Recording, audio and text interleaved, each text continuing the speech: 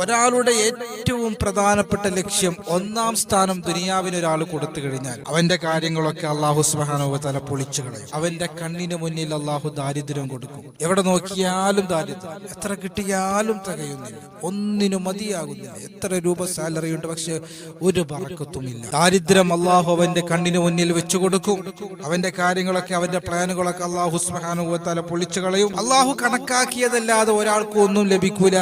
എന്ത് അള്ളാഹു നമുക്ക് കണക്കാക്കിയിട്ടുണ്ടോ അത് അള്ളാഹു നമുക്ക് നൽകുകയും ചെയ്യും. എന്നിട്ട് അള്ളാഹുവിന്റെ റസൂൽ വീണ്ടും പറയുന്നു, വമൻ കാനത്തിൽ ആഖിറത്തു നിയ്യതുഹു, ഒരാളുടെ ഏറ്റവും മർമ്മപ്രധാനമായ ലക്ഷ്യം ആഖിറമായാൽ ജമഅല്ലാഹു ലഹു അംറഹു, അവന്റെ കാര്യം അള്ളാഹു എളുപ്പമാക്കും. വജഅല ഗിനാഹു ഫീ ഖൽബിഹി, അവന്റെ ഹൃദയത്തിൽ അള്ളാഹു ഐശ്വര്യം നൽകും, അവനെ സമ്പന്നനാക്കും. അവന്റെ മനസ്സുകൊണ്ട് അവൻ തൃപ്തനാകും. അവന് കിട്ടുന്ന സാലറി അവന് മതിയാകും, അവന് കിട്ടുന്ന വരുമാനം അവന് മതിയാകുന്നതാണ്.